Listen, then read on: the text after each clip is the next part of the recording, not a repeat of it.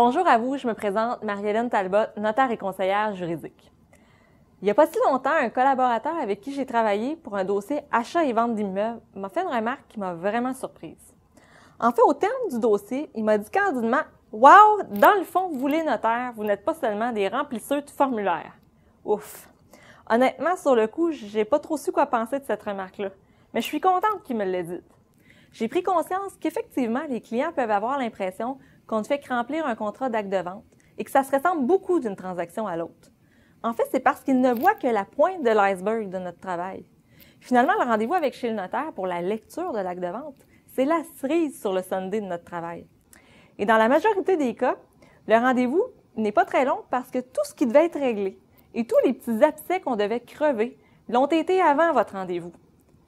Donc, parmi les démarches que vous ne voyez pas, le notaire fait les choses suivantes. Il va collecter les renseignements personnels de toutes les parties à la transaction. Il va prendre connaissance de la promesse d'achat que vous avez signée avec les parties et les courtiers immobiliers lorsqu'il y en a. Il va prendre connaissance des instructions du prêteur hypothécaire. Et oui, ils sont tous uniques et ils ont tous leur procédure. Puis, il prépare l'acte d'hypothèque en conformité avec les exigences du prêteur hypothécaire. Il va préparer le rapport préliminaire à remettre au prêteur pour commander les fonds à la transaction et ces rapports sont plus ou moins longs à préparer d'un prêteur à l'autre.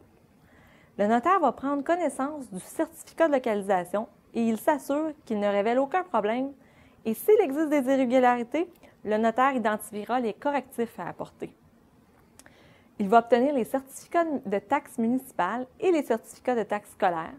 Il va procéder à l'examen des titres, c'est-à-dire à la lecture de toutes les transactions effectuées sur l'immeuble, et ce jusqu'en 1964.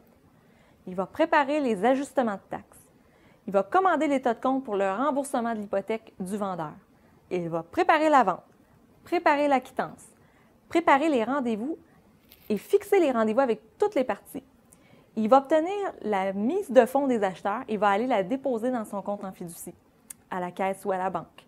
Il va procéder au rendez-vous pour la signature de l'hypothèque. Il va procéder à un deuxième rendez-vous pour la signature de la vente.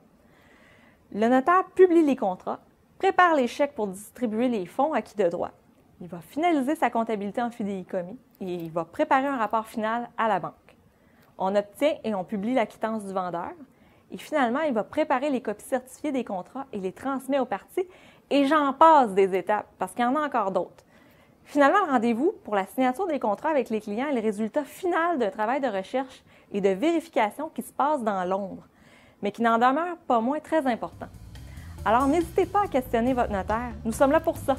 Pour des conseils juridiques hors pair, consultez votre notaire.